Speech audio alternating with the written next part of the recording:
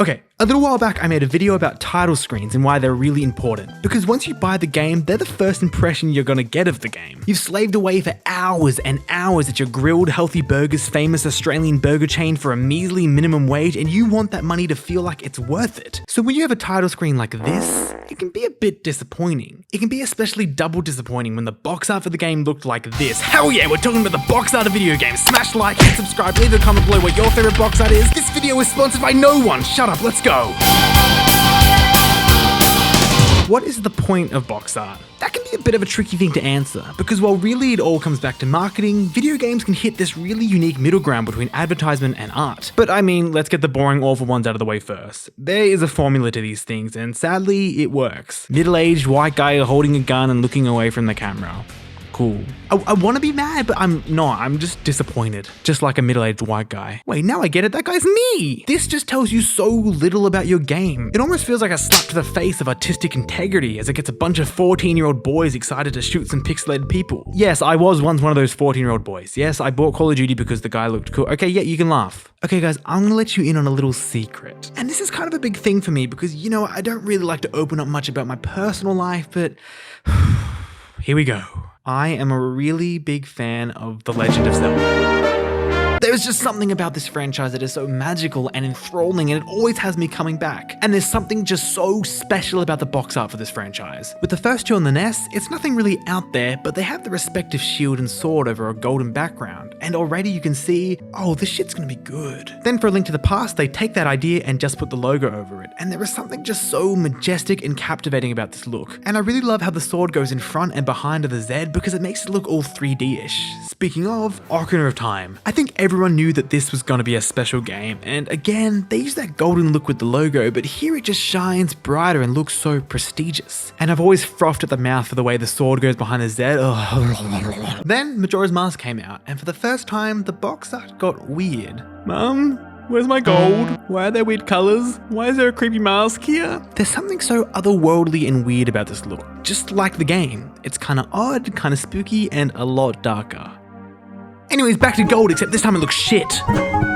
I've never really liked Wind Waker's box art much. The gold here just doesn't look right, and I find it so weird how dark the King of Red Lions is. It's just ugh. Oh, here's a quick thing I should have mentioned up the top. When you look at the box art for a game, it should give you the impression of the game straight away. I look at this, I get the feel. I look at that, I get the feel. I look at this, ew, okay, no, put that away. Don't show that in public. When I look at this, I just don't feel Wind Waker. But when they remade the game in HD, they made it brighter and with more colors, and it's got the world and the Wind Waker and the characters, and this is Wind Waker. It captures it perfectly. Now you guys know that I love Twilight Princess, but there's no but. The game is perfect. And I really love the box art for Twilight Princess. I love the way it's split between Human Link and Wolf Link. I love this texture behind the wolf in the logo. I love how it's so much darker, but with that unique artistic flair that I love so much about Twilight Princess. If I had to nitpick though, why does Link look like that? He's so much pointier and edgier than the actual Link, who I've said multiple times feels a lot more softer and full of care than whatever this presentation is. And then the HD version is even more beautiful to me because they chuck in all the other characters but painted in the beautiful style, and it looks so smashing? Except why is he looking at me like that?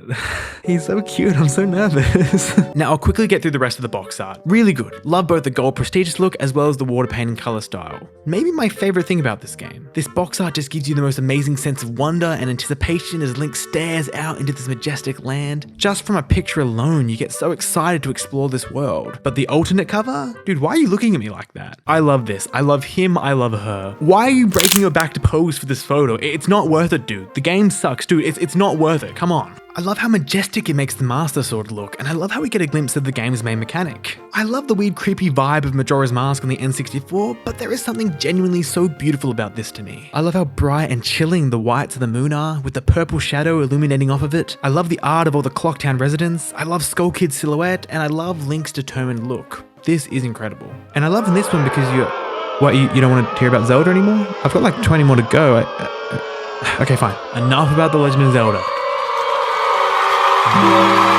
Okay, so there's this really big conundrum with box art where different areas of the world seek different things in their advertising. And the biggest difference we can find in this is between Western box art and Japanese box art. I'm sure you've all seen this by now, but here's Kirby in Japan. He's so cute, he's so squishy, I'm so excited to go on this adventure with him. Now let's go to the West and... Bro, why does he look like a 15-year-old going through their daily anger fit? Kirby's about to leave a hole in that blank white wall in the math class. This isn't just a Kirby thing though. For some reason, they like to toughen up characters and make them look more actiony. I mean, here is Metroid Prime, with great emphasis on Samus and the technology of her suit, while the US release has more of a heroic pose, and for Metroid Prime 2, she's got the gun out. And for Metroid Prime 3, what was with 2007 and characters fighting evil versions of themselves? I'm just gonna be honest. In my opinion, Japanese box art is usually one step ahead. It often seems to showcase the tone of the game better or give us a better glimpse into the world apart from action. But if my stupid dumb idiot Western brain walked into a store and saw this versus this, I would probably buy the one with the more action. It's this massive dilemma because I understand that the Japanese looks better to me and is a more complete showcase of what the game inside will be. But where's my middle-aged man holding a gun, bro? Come on! But I want to point out some of my favorites, especially in comparison to the ones from the West. I love the Final Fantasy covers that are nothing but white and the logo displayed with a cool texture. And then with Final Fantasy XII, I mean, come on, how is this not the coolest fucking thing you've ever seen? For something like Final Fantasy X, this just compels me a lot more than this. Sonic the Hedgehog. Nah, but back in the day, there were two Sonics. American Sonic, and then there was the Japanese Sonic. I'm gonna be real, I don't know how anyone can like the American Sonic. Sorry, but he is so greasy and shiny and so ugly, and his mohawk makes me feel sick. Ugh. Well, Japanese Sonic is cuter and has just this infinitely more interesting background design of these colors and shapes bouncing all around the place. It's amazing. In the PS2 era, because of the new boom of 3D graphics, publishers got a stiffy for putting their 3D characters onto the cover art. I've never played Ico, but this looks infinitely more intriguing and mysterious and fun than whatever this is. What the fuck? Another thing that is cool about Japanese covers are the logos. Here are the logos to Pokemon games in English. I don't know, it's always just seemed a bit bubbly and cutesy to me. But then Pokemon in Japanese, holy shit, this is so intense and cool, what the hell? Okay, bud. We gotta come back to my king, The Legend of Zelda. I told you I'd be back! I've always loved the Japanese boxes for Ocarina of Time and Majora's Mask. While I think I prefer the gold and prestigious look, there is something so incredible to me about Link riding Epona through silver flames. And I think I straight up just prefer the Japanese Majora's Mask box. It's darker, and we get this beautiful collage of the characters with this lovely color gradient. It's fantastic. Okay, time to stop sucking Japan off though. Sometimes their covers just do not look as good. Okay, I'm gonna say something bad about Twilight Princess. I know, I just...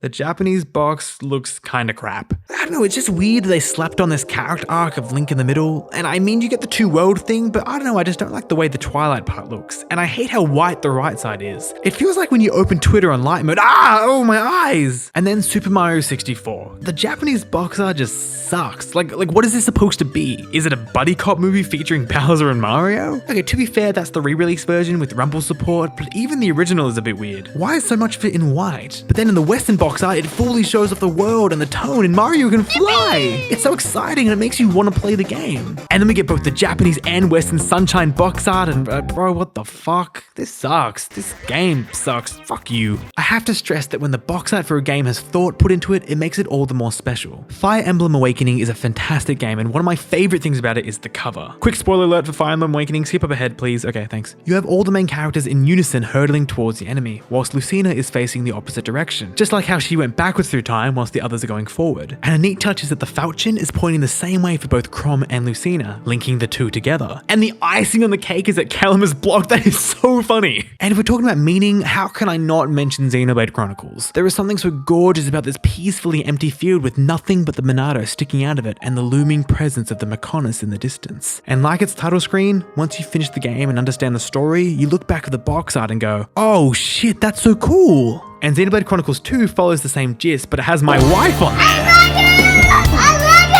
But it also has Rex, so... I like your attitude. Alright guys, time to wrap it up. Good box art, bad box art, Mega Man for the NES. These are all something that is so special to a game, even if you spend so little time looking at it. At the best of times, they encompass the world and tone of this brilliant experience you're about to journey through. At the worst of times, they just have a big bulky guy looking at you.